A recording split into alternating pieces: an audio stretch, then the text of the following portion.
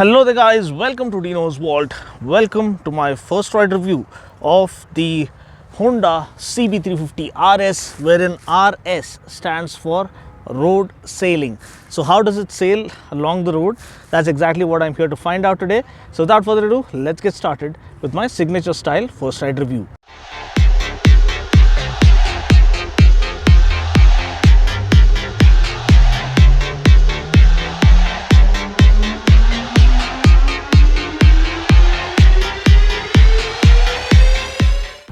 So this is the Honda CB350 RS, creating a lot of hype since the day it got launched. A surprise launch post the launch of the CB350 Highness, which was a proper classy roadster to take on the likes of the Royal Enfield Classic 350. Now this is a more modern, sportier looking rendition of the CB350 Highness, and I absolutely love the way it looks. Anyone who loves the modern retro look will fall in love with this, because first of all, the yellow and black paint scheme looks absolutely stunning. It perfectly complements the design silhouette of this motorcycle. Also new is the well encapsulated LED tail lamp. Let me just quickly turn it on for you. I'll just list down the changes that the CB350 RS brings along with it. It is dearer than the standard CB350 Highness. You can see the LED tail lamp is well encapsulated. You also have LED turn indicators.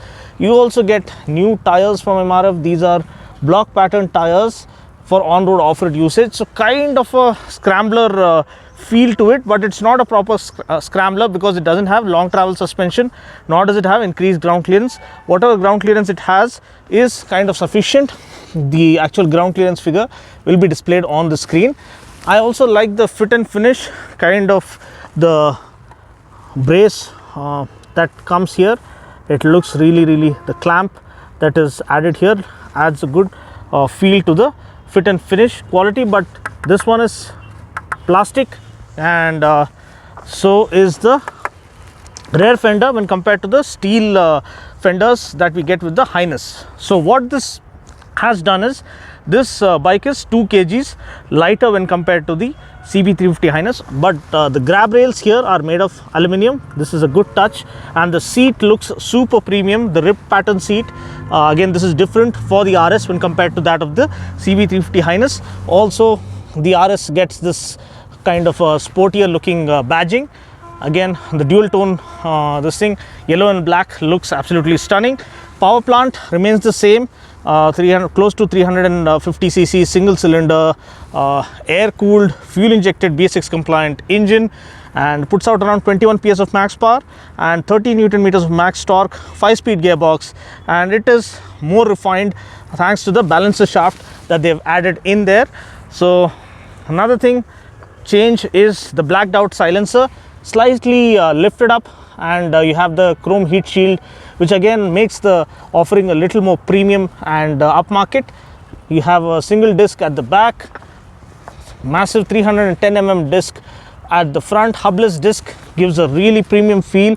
Nissan caliper and dual channel ABS comes as standard. We cannot turn off ABS, it's not switchable. You do get HSTC with this, which is Honda's traction control system. So what is traction control? It kind of prevents excess wheel spin from happening when you really violently give throttle inputs. So that is a safety feature to have on board. So this one gets traction control, but you can also turn off traction control. I don't know whether you can see, this is the traction control light right here. It's on. So let's turn on the engine kill switch. I just hope it's visible. A lot of glare happening right here. So how to turn it off? Just press this button for 2 seconds and you can see traction control off. This thing light has come on that indicator has turned on. And if you want to turn on traction control again, then again press this button and you can see traction control is now on. So this is how you go about it. So another change, it doesn't get the navigation module, it doesn't get the USB charging port, but apart from that everything else remains the same. You get the slipper clutch, which is feather light in terms of feel and feedback. You get a high beam flasher. This is the headlight on off switch and high beam flasher trigger kind of a thing. So that's a good touch right here. Horn switch is right here and the indicator switch is right here. So it's kind of something awkward, because usually you get the indicator here and the horn down. So it takes a little getting used to, but once you get used to it, that's all fine. You also get an integrated engine kill switch with a starter button, which is really good. And you get a hazard light switch, which enhances your visibility in foggy and rainy conditions and really helps for those who like to tour on this bike. Also, dual throttle cable for seamless, smooth, consistent throttle response across the rev band, so that really helps. Another important change with the CB350 RS are the ergonomics. So you can see the foot pegs are centrally set or slightly rear set and moved upwards slightly. Also the handlebar is slightly shorter and wider. So this gives perfect kind of a street control feel when it comes to riding it across the city streets. It's absolute fun and absolute delight to ride it. I fell in love with it, and I'm doing this after riding it to my heart's content across the city streets. I also like this kind of aluminum kind of a cover that the front headlamp gets. This is the LED headlamp, LED turn indicators, round kind of rear view mirrors. So this is the CB350 RS, giving you guys a quick overview. Next, let me just take it out for a short spin and tell you how the ride feel is. I also love the chunky front forks. I think these are 41 mm or 43 mm. You can check it with the Honda dealer showroom guys. I'll try and list it on the screen once I get to know it. You also get these springs for added protection, and rear shock absorber, well damped. I mean, the damping settings are absolutely bang on to offer a comfortable plush ride quality across the city streets. So I stand seriously impressed with the CB350 RS. And next, let's just take this bike out for a short spin. Before that, let me also tell you, I love the brake lever, kind of an open teethed feel that they've given to it. Maybe they could have given this also an open teeth feel, but this is what we get for now. Also, the CB350 Highness gets a heel and toe shifter. This is a toe shifter only. You don't get a heel shifter here, but it doesn't make much of a difference for those who get used to the toe shifter. Now, another thing I'd like to highlight is the good quality aluminum bash plate that we get right here. It's really of good quality and really serves the purpose of trying to protect the engine compartment from any kind of impact. Also, the Y-shaped alloy wheels look well laid out and complement the rest of the design of the motorcycle. But overall, this is a worthy upgrade and a really attractive one for those who want a visually striking motorcycle in the neo-retro sport category, sport street fighter category. And it's more of a neo-retro roadster, you can say, a sporty roadster. And I love the way it looks.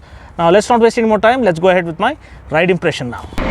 So guys, now that I've given you a quick overview about the Honda CB350 RS, can't wait to swing my leg over and take this retro modern machine out for a quick city ride. Block pattern tires, wider 150 section tire. At the back you have block pattern kind of on-road off-road tires, new tires from MRF, 19-inch front wheel, 17-inch rear wheel. The handlebar is slightly kind of lower set when compared to the CB350 Highness, and what I really like is the handlebar is wider slightly. Also, the foot pegs are slightly rear set and moved upwards. But can you tour on this? You sure can. I mean, very comfortable ergonomics, bang on target in my opinion. The seat is again perfectly set. I love the ribbed pattern seat, very premium looking. This one looks far more premium in my personal opinion when compared to the CB350 Highness, which is more of a classy roadster kind of a machine, more of a Bonnie kind of a feel to it. But this one feels like the gets the speed twin kind of a roadster sportster kind of a feel. I wish they had given the handlebar in black as well to complement the black bits already on the motorcycle. Slipper clutch is super cool.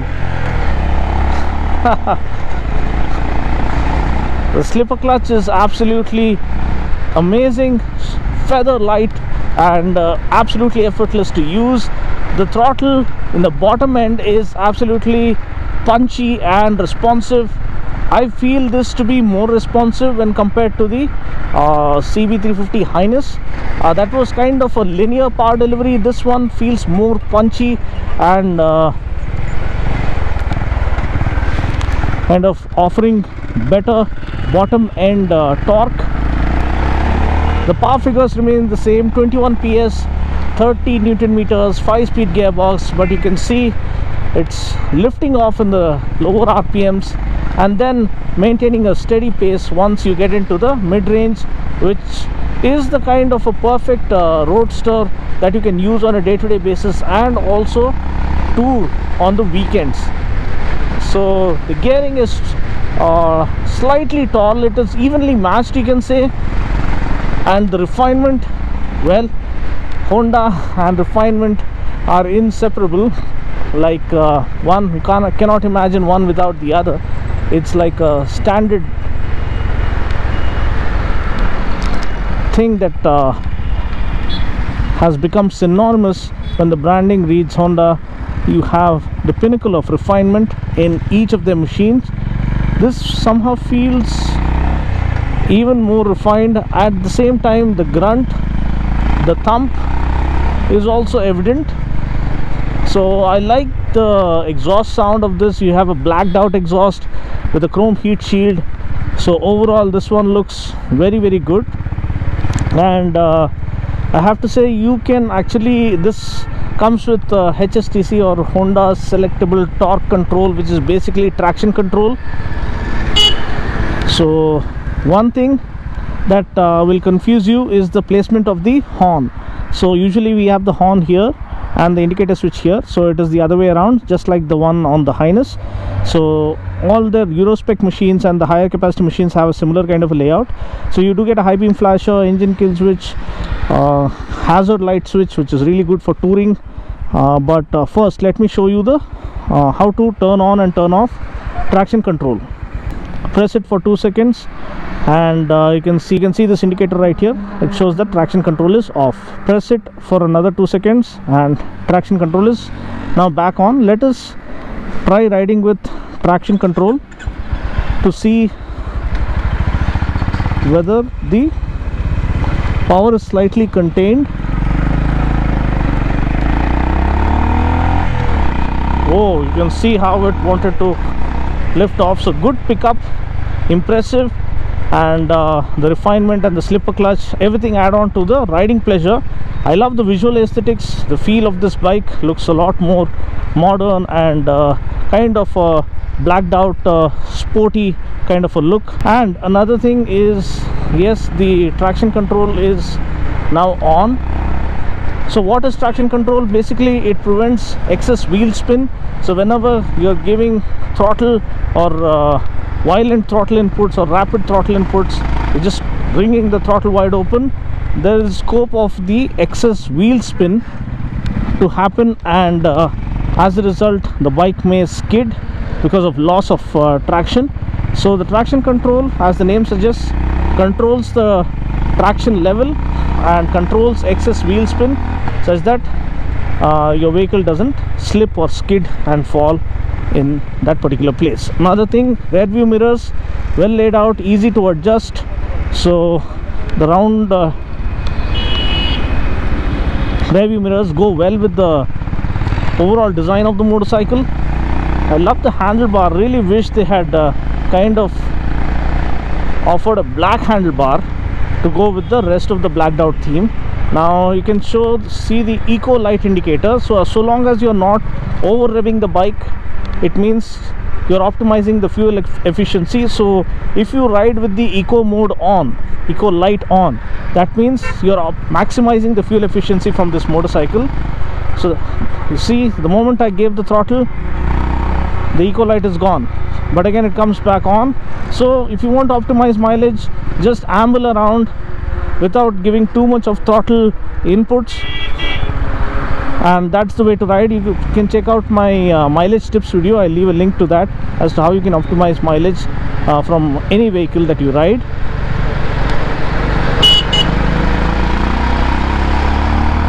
Good overtaking power, great handling, 310 mm front disc, dual channel ABS is standard, so the braking is well taken care of. The brake feel, yeah, it is reassuring.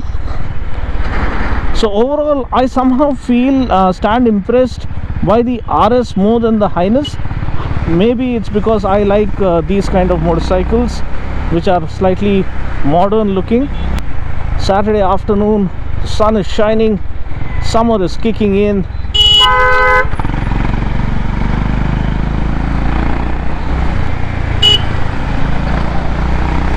And it's absolutely amazing.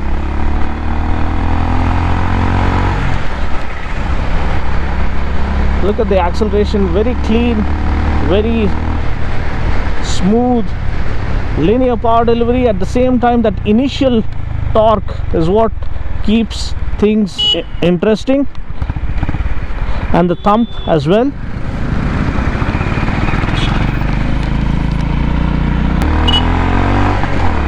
Whoa, who said that the bike lacks pickup? This is absolutely insane. At least the bike that I'm riding, it's literally flying off the mark in the lower RPMs and maintaining a steady pace through the mid-range. I can't test it for top speed, and this machine is not really about top speed. It's more about enjoying your ride. And yeah, through the city you have that initial punch to perform those quick overtakes, darting your way through traffic. Wow, the more I ride it, the more I fall in love, and the more I start enjoying it. Whoa, turn off the indicator.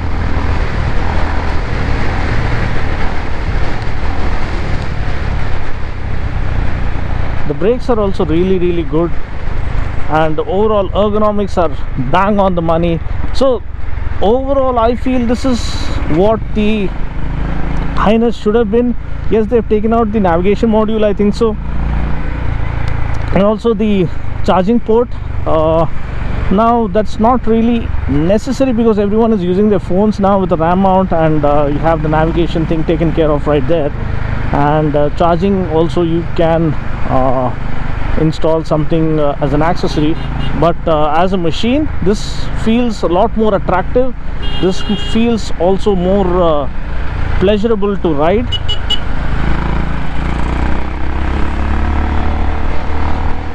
And fun to ride basically. And yes, so if you wanted a refined classic 350 and which kind of you can play around in traffic with the handling and precision of kind of a street fighter, then that is what the CB350 RS is. And just for the records, RS stands for road sailing, and sailing is what I feel, sailing through traffic absolutely effortlessly, and that's like a fitting name. So overall I stand impressed with the brakes. Suspension is again very good, well sorted, good damping settings. You can see, whoa, the way it glides is phenomenal. Beautiful road right here, great landscaping done by our local authorities. And the tires also kind of give you better confidence, is what I feel, when compared to the standard zappers slapped on the CB Highness.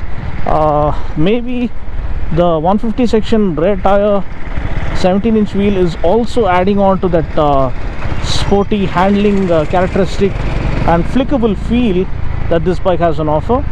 So overall, seriously impressed with the kind of fun quotient that this motorcycle has on offer.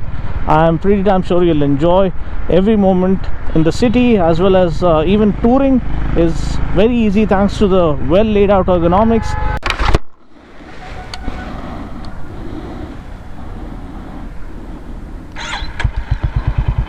So as usual, let me just give you the exhaust note of this motorcycle before I conclude this review.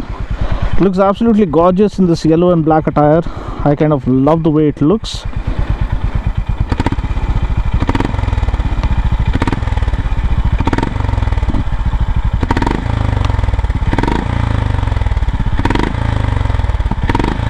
Beautiful.